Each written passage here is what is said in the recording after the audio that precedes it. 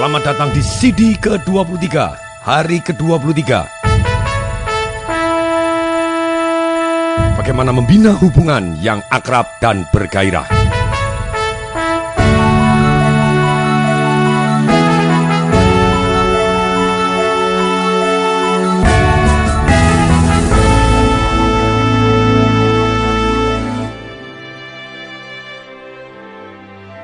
Ada dua alasan kenapa kita harus membina hubungan yang akrab dan bergairah. Satu, kita tidak bisa berhasil tanpa orang lain. Itu sudah pasti. Bagaimana Anda bisa berhasil tanpa orang lain? Misalnya Anda mau menjual produk, mungkin produknya Anda produksi sendiri, mungkin Anda yang memasarkan sendiri. Tapi pertanyaan saya, siapa yang membeli produk dan jasa Anda? Pasti orang lain. Demikian juga, untuk kita kepingin lebih sukses, kita juga harus perlu bantuan orang lain untuk mempercepat dan mempermudah sukses. Karena semua orang excellent di bidangnya masing-masing. Semua orang superior dibanding satu dengan yang lain. Misalnya saya pribadi pun, mungkin saya jago di bidang life revolution, financial revolution, marketing revolution. Tapi saya sendiri tidak bisa hamil. Saya juga tidak bisa masak. Semua orang pasti superior dibanding satu dengan yang lain. Itu yang harus kita yakini, jadi kita pasti superior dibanding orang lain dan pasti ada orang lain yang superior dibanding kita di bidangnya masing-masing. Dan untuk itu, alasan pertama kenapa kita perlu membina hubungan yang akrab dan bergairah dengan orang lain, yaitu kita tidak bisa berhasil tanpa orang lain. Demikian juga sebaliknya berarti kita akan lebih mudah berhasil ketika kita mendapat bantuan dari orang yang tepat. Kemudian, berikutnya, yang kedua, sungguh indah bila kita bisa share kepada orang lain atas keberhasilan kita. Misalnya waktu hidup Anda tinggal 1 bulan, bahkan 1 hari, apa yang kira-kira Anda lakukan? Saya yakin Anda tidak akan mikirin pekerjaan lagi, tidak mikirin cari uang, tidak mikirin apapun. Mungkin Anda akan berdoa kepada Tuhan Yang Maha Esa. Mungkin Anda akan menelpon orang-orang yang Anda cintai, Anda meluangkan waktu ketemu mereka, minta maaf, dan kemudian mengatakan bahwa Anda sayang kepada mereka, dan Anda ingin merasakan kasih sayang mereka juga kepada Anda. Sejak manusia lahir, dia perlu manusia yang lain untuk menyayangi dan dia sayangin. Sungguh indah di alasan kedua ini, ketika kita bisa share keberhasilan kita kepada orang yang lain. Sehingga ada satu perasaan dalam hidup kita berarti untuk orang lain, dan ada orang lain yang berarti untuk kita. Ini salah satu perasaan yang sangat-sangat indah. Untuk itu kita perlu membina hubungan yang akrab dan bergairah. Bukan hanya kepada pasangan kita dan anak-anak kita, tapi juga kepada masyarakat pada umumnya. Bukan hanya hubungan one on one, tapi juga hubungan one on many, untuk langsung kepada banyak orang. Orang yang disukai mempunyai karakter tertentu. Dan ternyata menurut Tim Sanders, dalam bukunya The Likability Factor, dia menyatakan bahwa manusia bisa kok mengembangkan elemen-elemen supaya dia disukai. Yaitu ada 4. Satu adalah friendliness, yang kedua adalah relevansi, yang ketiga adalah empati, yang keempat adalah realness. Maksudnya friendliness itu kita diminta di sini untuk belajar peka terhadap sikap-sikap kita pribadi yang tidak friendly, termasuk sikap-sikap orang lain yang tidak friendly. Jadi ketika kita peka terhadap sikap-sikap yang tidak friendly, kita bisa memperbaiki diri. Caranya bagaimana? Biasanya kalau kita sudah selesai melakukan sesuatu hal, pada waktu kita berhubungan dengan orang lain, kemudian kita mulai tes cermin. Saya tadi cukup friendly atau tidak? Terus kemudian kita tanya kepada diri sendiri. Kalau jawabannya tidak, supaya besok dengan kejadian yang sama saya bisa lebih friendly, apa ya kira-kira harus saya perbaiki? Entah tarikan mata saya, pandangan wajah saya, cara bertanya kepada saya, senyum saya, cara bernapas saya, gerakan badan saya. Nah, ketika kita perhatikan, misalnya ketika orang berdiri, kita misalnya berdiri, ketika ada orang ngomong, kemudian dagu kita tarik ke belakang, mata kita berkerut, seolah-olah memandang sinis, kemudian tangan kita memeluk tangan, kemudian dagu kita agak ke kanan atas sedikit. Apa yang jadi? Sebenarnya itu sikap yang tidak friendly. Tapi ketika orang bicara, terus kemudian mata kita melihat dia, dan kemudian kita manggut-manggut sambil sedikit tersenyum. itu adalah satu sikap yang friendly. Kita bisa merasakan perbedaannya. Kemudian yang kedua, untuk meningkatkan unsur-unsur likability factor tadi yang tentang friendliness, yaitu selain pertama kita harus peka terhadap sikap-sikap yang tidak friendly, yang kedua kita harus mendevelop friendly mindset. Maunya friendly mindset itu apa? Di dalam otak kita pikirkan bahwa someday somehow bisa jadi saya butuh orang ini. Kita tidak pernah tahu kapan kita perlu orang ini. Mungkin hari ini dia di bawah kita, tapi someday somehow who knows dia bisa di atas kita. Mungkin hari ini orang yang perlu kita, tapi kita tidak pernah tahu bahwa someday somehow kita bisa perlu kepada dia. Dengan demikian, kita mengembangkan mindset kita untuk friendly. Dan kemudian yang ketiga, untuk menunjukkan friendliness kita harus communicate friendliness kita. Kalau kita tidak communicate, kita diam, sudah pasti orang yang kita ajak komunikasi, mereka bukan ahli kebatinan. Mereka tidak tahu apa yang kita rasakan. Kita bersahabat atau tidak. Kalau kita bersahabat, kita ungkapkan hal-hal yang menurut kita adalah bersahabat. Satu budaya beda dengan budaya yang lain. Tapi kenapa tidak? Kita terus belajar tentang budaya di satu tempat yang dimana kita dianggap sebagai salah satu orang yang bersahabat. Sebagai contoh mengkomunikasikan persahabatan kita, friendliness kita, yaitu kita mulai dengan eye contact. Pada kita memandang orang, kita pandang orangnya. Tapi ini penting, pandangan harus wajar. Anda yang tahu mana itu wajar, mana tidak wajar. Tidak boleh terlalu mengintimidasi, matanya melotot dan kemudian melotot dan dengan tekanan mata yang aneh, tidak diperkenankan. Jadi kita memandang mata dengan penuh persahabatan, karena di hati kita menyatakan satu persahabatan. Kemudian gunakan alis Anda. Biarkan gerakan alis Anda sesuai dengan suara Anda dan pikiran yang dimana ingin Anda sampaikan. Juga gunakan mata Anda untuk menunjukkan emosi. Kembali lagi, senyum. Senyum Anda, biarkan senyum yang nyata.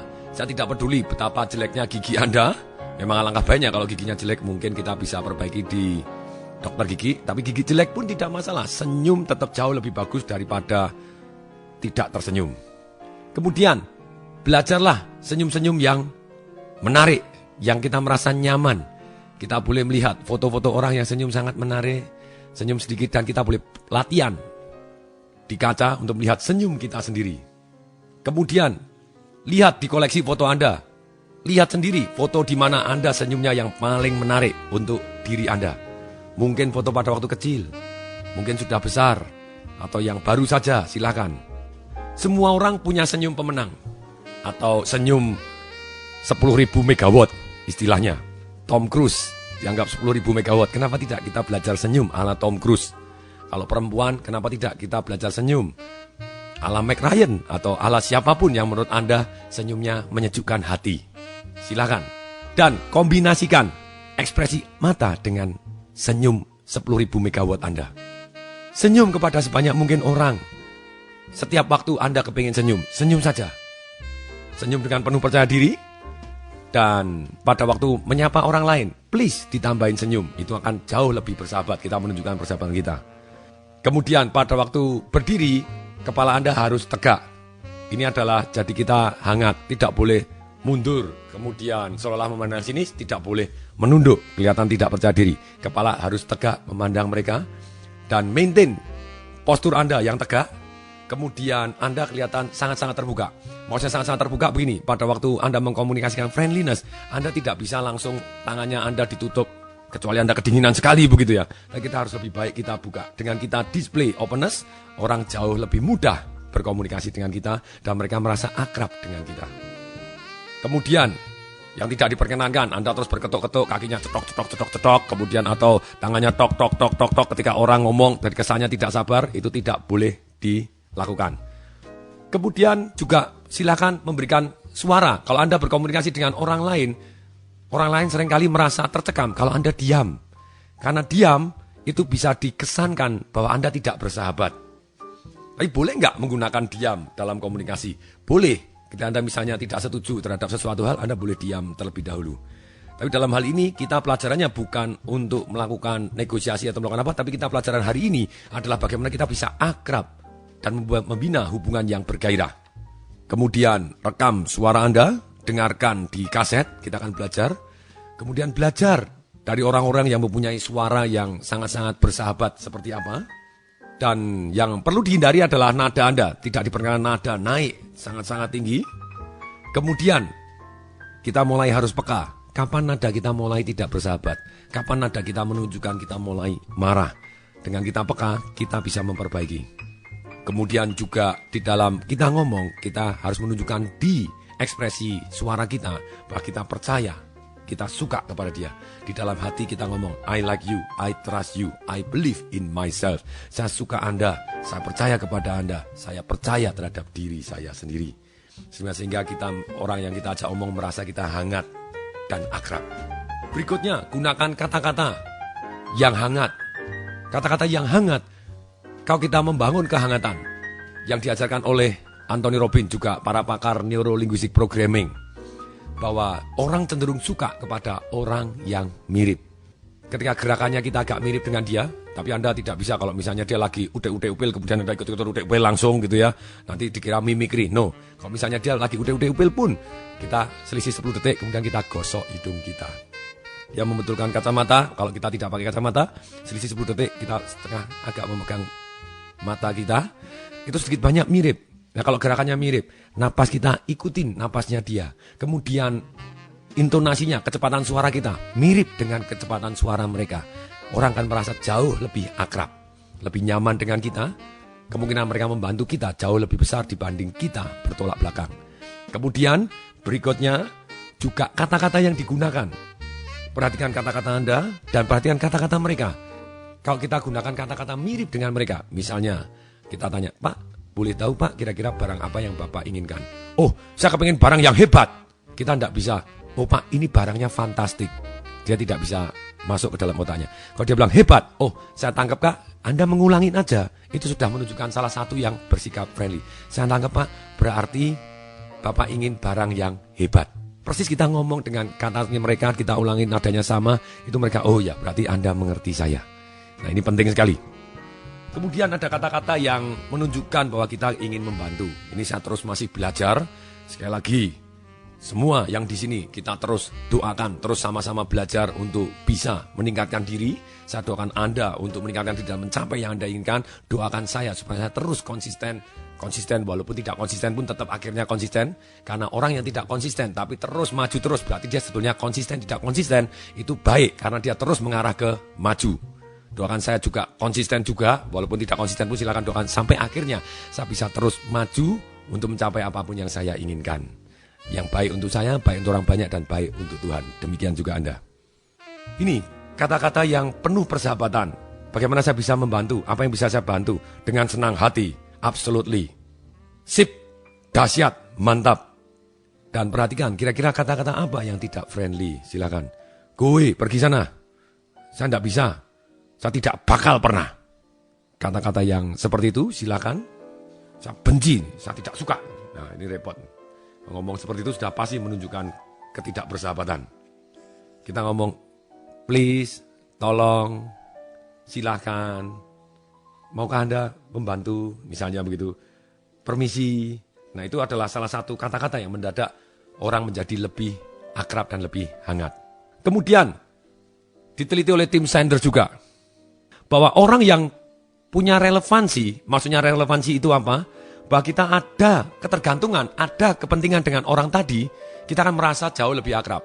Demikian juga orang yang merasa ada relevansinya dengan kita, dia akan merasa cenderung jauh lebih akrab dibanding kalau tidak ada perlunya sama sekali dengan kita. Nah kalau kita misalnya mau minta bantuan atau minta kerjasama dengan orang-orang yang sangat-sangat dahsyat, yang jauh lebih dahsyat dibanding kita, karena seperti masih ingat kata-kata Jim Rohn, 5 orang yang kita paling sering bergaul, rata-ratanya adalah kita sendiri. Entah income-nya, entah sikapnya, plus minus itulah kita. Nah untuk itu kita harus bergaul dengan orang-orang yang jauh lebih dahsyat dibanding kita. Tapi kenapa orang-orang lebih dahsyat mau bergaul dengan kita? Kita harus mengembangkan satu yang namanya relevansi. Relevansi timbul karena orangnya tadi, misalnya kedekatan, walaupun tidak ada butuh dengan kita, kalau kita dekat aja, itu sudah sedikit lebih relevan dibanding yang jauh. Kalau kita bisa connect terhadap apa yang orang ini tertarik. Misalnya dia hobinya golf, kita juga ikut golf, sedikit banyak relevansinya mulai naik. Oh dia hobinya menembak, kita ikut menembak. Dia hobinya piknik, kita ikut piknik bareng. Mendadak relevansinya meningkat. Dan yang terbaik ketika kita bisa masuk di dalam kebutuhannya dia. Jadi kita datang untuk membantu dia. Kalau kita datang untuk membantu dia dan tepat seperti apa yang dia butuhkan, relevansinya meningkat dan keakraban pun meningkat. Untuk itu, kita harus cari tahu apa yang dia butuhkan. Dan kalau kita membantu yang bersangkutan, kita bisa mengembangkan keakraban lebih dibanding yang Anda bayangkan. Dan kalau Anda pengen jauh lebih akrab, sudah ada hukum alam, yaitu quantity dan kualitas kontak Anda. Kalau Anda jarang bertemu, sudah pasti keakrabannya akan menurun. Dan kalau bertemu hanya basa-basi saja, juga pasti akan menurun kualitasnya. Seperti ada hukum kesetiaan, yaitu cinta kita ditambah keperluan kita atau kebutuhan kita akan pasangan kita dibagi jarak. Kalau jaraknya semakin besar, berarti cinta dan kebutuhannya seringkali semakin menurun. Tapi kalau jaraknya 0, berarti cinta dan keperluannya melekat jadi satu, kesetiaannya jadi unlimited. Karena sesuatu hal dibagi 0 sama dengan unlimited. Sudah pasti kalau Anda sedang making love, Anda bersatu, ya pasti itu sudah setia sekali. Anda tidak bisa serong, Anda setelah lengket gitu ya. Kemudian, ini penting, dengan jarak ini sangat-sangat berpengaruh. Kalau Anda kualitas dan kuantitas bertemunya sering, keakraban akan lebih timbul. Dan cara membangun relevansi ini dan kualitas serta kuantitas pada waktu kita bertemu, kita juga harus share apa yang kita tertarik. Kita tertarik apa? Apalagi kalau kita pasangan hidup, kenapa kita tidak mengembangkan minat bersama? Sama-sama lakukan research. Mungkin gairah-gairah masa lalu, apa yang kita lakukan, yang kita mendapat bisa senang. Tanya kepada teman Anda, tanya kepada pasangan hidup, kira-kira apa yang dia pikirkan kira-kira bisa dia nikmatin. Dan kalau kita menentukan goal bersama, mendadak relevansinya menjadi tinggi. Misalnya, saya pernah mempunyai goal dengan istri saya, ciuman di atas menara Eiffel, naik mobil, SLK, Mercedes-Benz, spot dengan kap dibuka di tol bersama. Ketika kita dalam mengarah ke arah impian ini, mendadak kita exciting, waktu menentukan goal bersama pun kita mendadak jauh lebih akrab. Kenapa tidak? Ini akan bisa membuat kita jauh lebih akrab dan karena relevansinya meningkat. Dan untuk keakrabannya timbul karena relevansi atau ada keterkaitan ini, jadi ada 4 step. 1, kita mulai conversation. Jadi kita harus ngomong dengan teman Anda ataupun dengan pasangan hidup kita tentang apa yang mereka tertarik. Pak, hobinya apa? Senang apa? Boleh tahu Pak, Bapak sehari-hari biasanya apa yang Bapak suka lakukan? Misalnya begitu. Kemudian, partisipasi. Ketika Anda melihat reaksinya dia mengizinkan Anda untuk ikut berbicara, kita harus peka terhadap sikapnya friendliness atau unfriendliness-nya mereka. Berarti kita, misalnya dia ngomong, saya hobinya golf. Loh Bapak biasanya golfnya di mana? Oh saya golfnya di Gading Serpong. Oh kapan aja Pak golf di Gading Serpong? Oh saya biasanya tanggal sekian gitu. Terus kemudian dia mengundang, loh kamu juga golf? Wah belum Pak, tapi masih belajar. Sekali-kali golf bareng yuk. Ketika dia mengajak seperti itu, berarti kita kalau kepengen akrab dengan orang itu, ya be proaktif. Bahkan Anda juga bisa tanya, Pak sekali waktu apakah saya bisa ikut Pak golf? Misalnya begitu. Jadi ketika mereka memberikan permisi atau kesempatan untuk bareng, kenapa tidak? Tapi satu hal yang Anda harus perhatikan, Anda tidak boleh terlalu kelihatan mau intimidate, seolah-olah seorang yang Anda dekatin tadi merasa tidak aman. Anda harus perhatian terhadap reaksinya Anda dan cara Anda ngomong. Kemudian yang ketiga, step yang ketiga, kita harus membuat nilai tambah dari aktivitas yang sudah kita berpartisipasi tadi. Sehingga mereka bisa lebih menikmatin apa yang mereka suka. Misalnya ngomong golf, kita bisa ngomong, Pak, ini ternyata saya riset Pak, baru aja ada lapangan golf baru loh Pak di sini. Ini kebetulan pas gratis dan pas gini ya. Sekali waktu kita golf bareng, kita membuat nilai tambah. Sehingga mereka bisa menikmati lebih apa yang mereka tertarik. Kemudian step keempat, seringkali ini kita pisah dengan lebih baik, yaitu kita proaktif. Proaktif untuk menghubungin supaya stay terjadi connect. Kita harus bisa menemukan peluang-peluang sehingga kita bisa share daya tarik yang bareng, yang bersama yang kita bisa lakukan. Ketika saya dengan kelompok mastermind saya, yang seringkali kita terus bertemu, entah 1 bulan sekali, 2 bulan sekali, 3 bulan sekali kita bertemu, kita share. Ternyata kita masing-masing senang tour, kenapa tidak? Ayo mari kita tour bersama. Mendadak kita punya kepentingan untuk mendesain tour bersama. Kita tour ke sini, ke sini, ke sini. Hasilnya kita lebih semangat dan kita lebih akrab. Sedangkan bagaimana kita bisa connect relevansinya dengan apa yang dia butuhkan, ini yang paling dalam. Kalau dia butuh sesuatu hal dan Anda bisa memenuhi kebutuhannya mereka pasti ada relevansinya dan Anda dianggap penting dan mereka akan cenderung akrab kepada Anda. Nah, bagaimana kita membangun supaya mereka ada something yang perlu dan bisa kita bantu. Satu, ketika kita tahu dari orang yang menjadi sasaran kita untuk kita menjadi akrab, kita harus tahu terlebih dahulu kira-kira kita mempunyai kelebihan apa saja. Silakan tulis nanti, ini PR-nya, Anda tulis 10 kelebihan Anda apa, yang dimana ini bisa Anda tawarkan untuk membantu orang lain. Entah kenalan Anda, entah keahlian Anda, entah barang-barang milik Anda, entah buku-buku yang bisa membantu mereka. Kemudian kita gali apa yang mereka butuhkan. Setelah kita tahu apa yang mereka butuhkan, kita harus secara sukarela membantu yang bersangkutan. Kita ngomong, boleh saya bantu Pak? Kebetulan saya punya loh bukunya ini. Saya juga punya mobil Pak, dipakai aja. Saya melihat satu partner saya, dia jago sekali untuk membina hubungan dengan para jenderal, dengan para kolonel, para menteri. Dia jago sekali. Karena dia tinggalnya di daerah, ketika para pejabat tadi datang, dia sudah membina hubungan dari sejak dia belum perlu sama sekali. Dari jauh hari. Bahkan orang ini kaya sampai punya lebih dari 30 mobil. Saya bilang, mobilnya banyak untuk apa? Ya untuk bantu teman-teman. Dia punya hotel sendiri. Jadi saya bilang, hotelnya untuk apa ini? Kan dia sudah kaya luar biasa gitu ya. Cuman hobi-hobi aja, hotelnya juga tidak begitu besar. Kemudian dia dengan sederhana, ya untuk teman-teman lah kalau datang gini. Pada waktu saya datang pun dikeluarin Mercy-nya S500 dan kemudian diinapkan di hotelnya juga, di penthouse-nya. Dia membantu. Dan akibatnya sedikit banyak saya akrab dengan beliaunya karena ada di hati saya, ada hutang budi juga. Dan ini penting, jangan menunggu waktu yang sempurna untuk bertindak. Kapanpun seseorang perlu Anda, itu adalah waktu yang sempurna. Bukan Anda siap tidak siap, tapi dalam hal ini kita itikat baik kita untuk membantu yang bersangkutan. Itu adalah sempurna adanya, baik adanya. Dan yang penting bukan hanya membantu kebutuhannya dia, tapi kita membantu kebutuhan emosinya. Dan pada waktu membantu, kita lakukan seoptimal mungkin sehingga melebihi apa yang diekspektasikan. Setelah kita bahas 2 hal, yaitu satu adalah tentang bagaimana menunjukkan sikap kita yang bersahabat dan mengamati. Kemudian berikutnya yang kedua adalah mengembangkan relevansi, bahwa ada keterkaitan, ada kebutuhan dengan kita, orang akan jauh lebih akrab. Yang ketiga kita mengembangkan satu yang namanya empati. Kita harus menunjukkan bahwa kita berminat terhadap apa yang dirasakan oleh orang. Kemudian yang kedua, kita bisa mengalami apa yang orang lain rasakan. Bukan hanya kita berminat saja, tapi kita juga bisa mengalami satu perasaan yang sama. Kemudian empati ini kita memberikan respon terhadap apa yang dirasakan oleh orang lain. Ketika kita bisa memberikan respon dan orang lain tahu bahwa kita tulus bisa merasakan perasaannya dia akan jauh cenderung lebih akrab dibanding dengan kalau kita hanya, ya saya bisa merasakan, tapi dia tidak bisa merasakan bahwa kita bisa merasakan gitu ya. Untuk empati, kita harus peka bukan hanya dari kata-kata.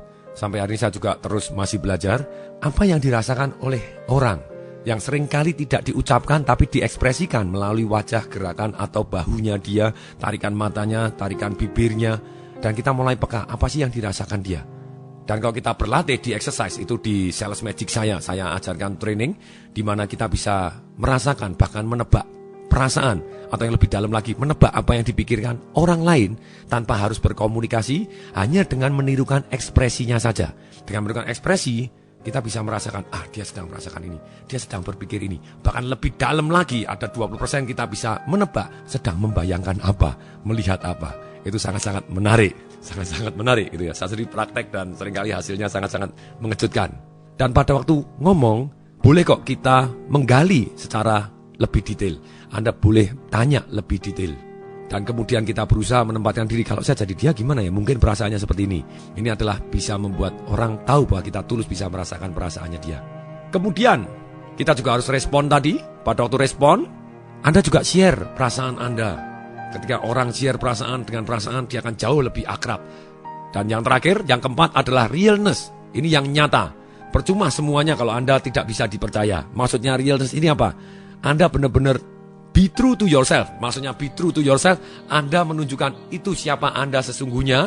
Dan Anda menunjukkan siapa Anda sesungguhnya. Anda punya kelemahan, Anda tunjukkan bahwa Anda juga bukan manusia yang sempurna hak Tuhan. Tapi kita diciptakan sempurna, mirip Tuhan gitu ya, semaksimal mungkin, seoptimal mungkin. Oleh karena itu saya tahu walaupun masih ada kekurangan, tapi dari diri kita excellent dan kita terus mau maju, Bukan berarti kita yang paling hebat, selalu ada orang yang lebih hebat dibanding kita di bidang yang tertentu. Untuk itu tidak perlu kita sembunyikan. Yes, ini ada sesuatu hal yang kita kurang, dan orang jauh lebih menghargai orang-orang yang nyata, real. Dan Anda bisa juga kok share kekurangan Anda atau kenyataan Anda, realness-nya Anda, sehingga orang lebih menghargai Anda. Demikian juga ketika Anda salah, minta maaf. Ini belajar. Kalau saya tanya kepada Anda, pernah nggak Anda tidak jujur dalam waktu 3 bulan terakhir ini? Kalau Anda ngomong tidak pernah, Anda berarti menambahin 1 ketidakjujuran. Karena sometimes kita spontan. Misalnya pada waktu saya baru makan bareng dengan anak saya lagi cuci tangan, kemudian dia kembali ke meja makan, dia melihat saya sudah makan, kemudian dia tanya, "Papa, sudah doa belum?" Langsung saya spontan, "Sudah," padahal belum. Nah, ini saya sebagai orang tua juga bukan orang yang sempurna. Dan ketika saya salah, sebentar tak, sorry, belum. Oke, mari kita doa. Kemudian anak saya, "Loh, Papa kok tadi bilang sudah?" Iya, itu salah spontan. Dan ini saya langsung ngomong kepada anak saya, begitu ya, anak saya yang perempuan. Kalau salah ya juga harus ngaku, ya minta maaf. Tadi Papa juga salah, langsung spontan bilang, "Sudah," padahal belum. Ya sudah, langsung seketika kita harus koreksi, kita akui kesalahan kita. Oh gitu Pak, lumayan melatih anak untuk supaya bisa mengakui ketika salah begitu. Dan ketika Anda salah, jangan tunda sampai bertahun-tahun baru Anda mengakui begitu ya. Kalau semakin lama itu semakin Anda tidak bersahabat, semakin cepat. Itu adalah salah satu menunjukkan bahwa kita nyata adanya. Dan kalau itu ternyata melukai orang, ya kita harus jajakin apa yang kita bisa bantu untuk menyembuhkan dia. Ketika kita mengakui bahwa kita salah, kita membuka pintu untuk pemecahan. Dan tanya kepada mereka apa yang mereka pikirkan, sehingga kita bisa lakukan, sehingga bisa mengcover atau menyembuhkan kesalahan kita tadi. Dan lebih penting dari mengakui kesalahan, bahwa kita harus mempunyai keinginan untuk memperbaiki diri kita ketika kita salah. Jadi sehingga kemudian hari kita menjadi lebih baik dan lebih baik. Ini adalah dalam membina keakraban. Sedangkan untuk membina satu yang namanya hubungan yang bergairah, kalau untuk akrab kita butuh banyak persamaan, seperti yang sudah diceritakan tadi, friendliness, kemudian relevansi, kemudian empati, kemudian kita harus real, kita nyata, ya inilah kita tunjukkan. Kemudian kalau kepingin bergairah, kita butuh satu yang namanya perbedaan yang disengaja, atau kejutan yang membuat kita jauh lebih bergairah.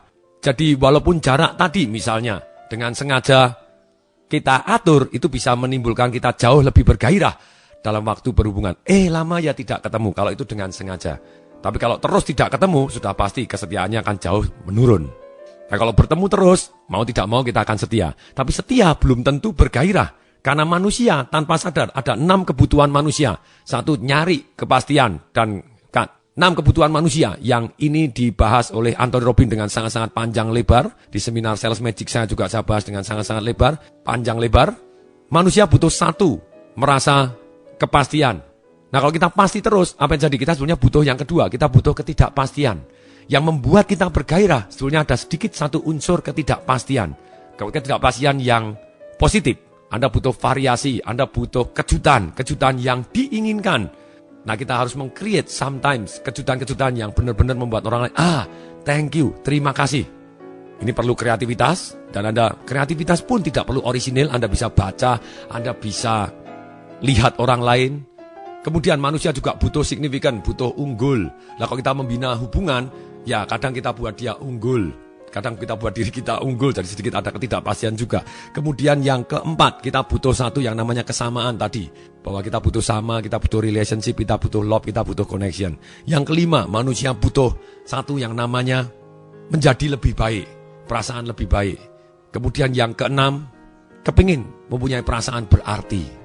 4 adalah kebutuhan basic, yang 2 adalah kebutuhan yang belum tentu semua orang punya. Yang kelima dan keenam, yaitu kepingin menjadi lebih baik dan kepingin berarti untuk orang banyak. Ada orang yang menjalani hidup, ya sudah cuma menjalani hidup aja, dia tidak mau jadi lebih baik, dia takut menjadi lebih baik karena keluar dari zona nyamannya. Kemudian mereka tidak peduli apakah mereka berarti untuk orang banyak atau tidak.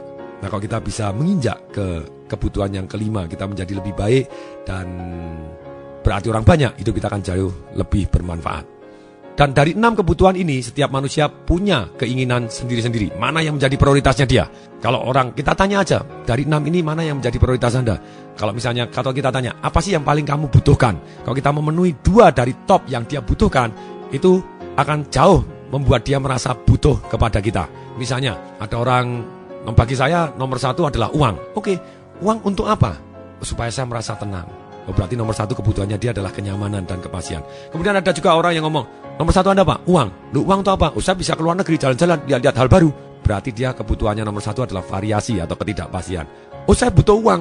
Kalau dia tetap ngomong uang, kita tanya, apa yang Anda dapatkan dari uang? Uang hanya sarana untuk mendapatkan apa yang perubahan perasaan yang Anda inginkan. Kalau uang saya bisa beli Mercedes-Benz, saya bisa ini supaya merasa, saya beda dong, saya unggul. Bisa jadi dia butuh signifikan, butuh unggul. Kemudian yang keempat, ketika kita tanya, uang itu apa? Supaya anak-anak saya bisa sekolah, Pak. Saya bisa memberikan yang terbaik untuk keluarga saya. Nah, ternyata itu yang nomor 1-nya adalah relationship dulu gitu ya. Yang dibutuhkan adalah keluarga dan connection dengan orang-orang yang dia cintai. Kalau uang saya banyak, Pak, saya bisa belajar dan saya bisa jadi lebih baik. Nah, belajar jadi lebih baik, berarti dia jadi lebih baik. Kalau uang saya banyak, Pak, saya bisa nyumbang. Tapi hati-hati. Nyumbang pun belum tentu dia kepingin yang ke-6, yaitu berarti untuk orang lain. Bisa jadi dia kepingin signifikan, pengen unggul. Nah, saya nyumbang paling banyak. Saya diakui. Bisa jadi juga. Dengan nyumbang, ada orang nyumbang, wah saya aman deh. Dengan saya nyumbang jadi tidak ada huru-hara, tidak ada apa-apa. Jadi nyumbang pun bukan karena tuntutan dia kepingin berarti untuk orang banyak. Bisa jadi karena dia kepingin aman. Hati-hati terhadap tujuan yang semu. Tapi ketika kita tahu tujuannya dia yang paling dalam, kebutuhannya dia kita penuhin, orang tadi akan merasa nyaman dan merasa aman. Kemudian merasa variasinya tubuh yang jelas, dia akan senang kepada kita. Kalau dia unggul, wah Bapak kan lebih tahu, Bapak kan orang yang hebat. Jadi puji itu, yes, saya lebih hebat, lebih senang. Kalau dia kepengen ceritanya relationship, Pak, anggap saudara ya. Nah, kalau anggap saudara dia akan jauh lebih senang begitu ya. Kemudian berikutnya, kalau dia kepengen variasi, Pak ini hal baru Pak, mari kita coba. Dia akan lebih senang. Nah, ini caranya membina hubungan. Yang jelas, kalau kita kepengen akrab, mereka butuh kepastian, kesamaan, connection. Sedangkan kalau hubungan pengen bergairah, mereka butuh variasi. Butuh perbedaan antara signifikan dan tidak signifikan. Butuh satu perasaan yang lebih baik, menjadi lebih baru. Jadi bergairah itu adalah satu perubahan. Keakraban itu maintain sesuatu hal yang akrab ataupun sama. Sekarang tugas Anda, tugas di CD ke-23 ini, yaitu 1. Anda tulis satu kejadian di mana Anda tidak friendly atau tidak akrab kepada satu orang. Dan kenapa kok Anda tahu bahwa Anda tidak friendly atau tidak bersahabat terhadap orang ini? Gerakan wajah Anda seperti apa? Tulis, kalau saya tidak friendly, saya merasa begini. Saya tidak mau ketemu, saya begini. Saya cemberut terus, kemudian saya melengoskan kepala, nada saya tinggi. Apa? Kita harus belajar peka. Sekarang kita tulis, kapan kita tidak bersahabat, isi-isinya apa? Silakan. Itu tugas nomor 1. Kemudian, tugas kedua, tulis 10 kelebihan Anda. Saya punya rumah Pak, orang bisa nginep di rumah saya. Saya punya mobil Pak, saya bisa minjemin mobil. Saya punya pengetahuan ini Pak, saya bisa membantu ini. Saya punya teman-teman ini Pak, jaringan ini juga bisa saya perbantukan untuk orang lain. Saya punya apa? Saya punya kelebihan apa? Silakan tulis 10 strength point Anda yang siapa tahu bisa dibutuhkan oleh orang lain, sehingga Anda bisa mengembangkan relevansi Anda. Berikutnya, yang ketiga, ini tugas, telepon minimal 2. Kalau minimal 2 lebih boleh? Boleh. Minimal 2 teman lama Anda yang lama sekali tidak Anda hubungin. Atau mungkin sudah 5 tahun atau 10 tahun Anda tidak hubungin. Anda just say hi, Anda cuma ngomong, apa kabar? Lama sekali aku tidak telepon kamu. Aku pengen ketemu kamu. Nah, ini Anda sudah mengembangkan konektivitas demikian sehingga dia orangnya akan jauh lebih merasa akrab. Siapa yang tahu? Kita tidak pernah tahu. Kemudian, ini tugas ketiga. Tugas keempat, Anda telepon kepada satu orang yang Anda pernah berbuat salah, saya tidak tahu siapapun, just say hi, atau musuh Anda atau apapun, just say hi, say sorry. Sorry, saya dulu pernah melakukan ini, walaupun mungkin orangnya sudah lupa. Tapi ini yang paling penting adalah bagaimana kita mengembangkan realness kita, kenyataan kita bahwa yes, inilah kita adalah orang yang tahu kalau kita salah ya kita minta maaf. Kemudian ataupun Anda boleh telepon kepada orang yang takut sekali kira-kira menghubungi Anda karena orang tadi punya salah yang besar. Anda ngomong, saya ikhlas kok memaafkan Anda. Kita berteman. Ya cuma berteman aja. Tetap lingkungin Anda dengan orang-orang yang jauh lebih sukses dibanding Anda. Tapi dalam hal ini Anda boleh berteman dengan siapapun. Tapi 80% waktu Anda adalah Anda gaul dengan orang-orang yang jauh lebih sukses dan lebih hebat dibanding Anda. Jadi tugas keempat, Anda telepon orang yang Anda pernah bersalah. ataupun orang tadi pernah bersalah, just say hi, katakan, tidak masalah kok kita tetap berteman, apapun yang kamu lakukan, saya maafkan, dan tolong saya dimaafin juga ya, gitu ya, apapun. Jadi ini membina hubungan, kita membina connectivity kita kepada orang-orang yang kita perlu. Kemudian tugas kelima, nah tugas kelima, Anda harus dalam 1 bulan ini, telepon, entah telepon, email, ajak makan siang, orang sekiranya yang bisa membuat Anda jauh lebih hebat dibanding Anda hari ini. Anda ketemu beliaunya, silakan. Mungkin orang yang sukses di bidang relationship, orang yang sudah sukses menurunkan berat badan, karena dulunya dia gemuk sekarang langsing, stabil langsing. Atau dia harmonis sekali dengan keluarganya, atau dia jago sekali mendidik anak-anaknya, yang dimana bidang yang kita kepengen tingkatkan. Oh, dia jago sekali tentang keuangan. Oh, dia jago sekali tentang membuat perusahaan. Dia jago sekali tentang perusahaan yang go public. Kenapa tidak? Anda harus hubungin, kemudian say hi, bangun relevansinya Anda kepada dia, bantu kepentingannya dia, sehingga kita membuat dia win terlebih dahulu, baru kita win. Kita kalau telepon ataupun ketemu, kita tidak boleh utang sama dia, ataupun tidak boleh minta sumbangan. No. Atau malah kedua-duanya, utang dan minta sumbangan, tidak boleh gitu, atau minta bantuan. No. Sebaiknya kita datang untuk mengembangkan relevansi terlebih dahulu. Kita bantu yang bersangkutan lebih dulu. Boleh nggak kita hanya tanya, Pak, kita hargai Bapak adalah ahli, dia merasa ahli, kalau boleh belajar Pak, kalau saya misalnya, kalau kita tahu bahwa kebutuhan dia nomor 1 adalah relationship, atau dari 6 kebutuhan manusianya dia adalah kepingin berteman, connection, ya kita mau, Pak, kalau misalnya saya putra Bapak, kalau saya misalnya anak Bapak, kira-kira Bapak nasihat apa? Itu sudah terpenuhin. Dia ngomong seolah kita anaknya, atau saudaranya, atau adiknya. Dia lebih senang.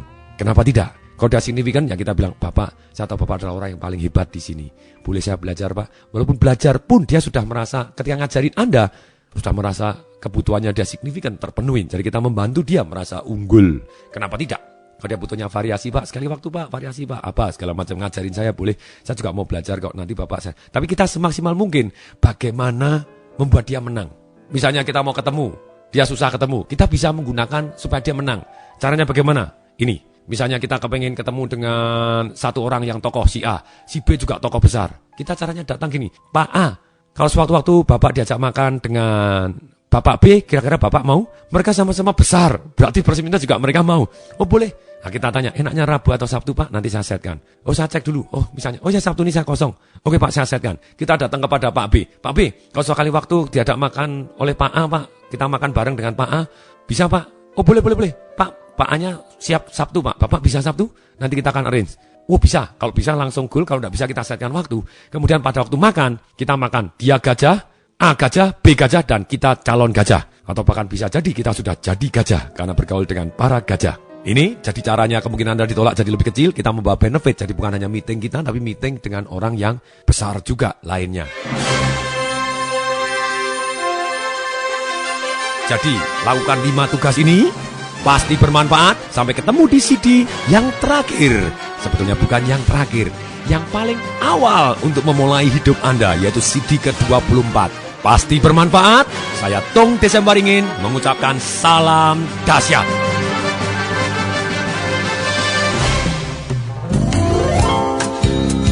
Informasi seminar atau pelatihan untuk meningkatkan motivasi, sales dan marketing perusahaan, Anda bisa menghubungi nomor telepon 021 547 6677.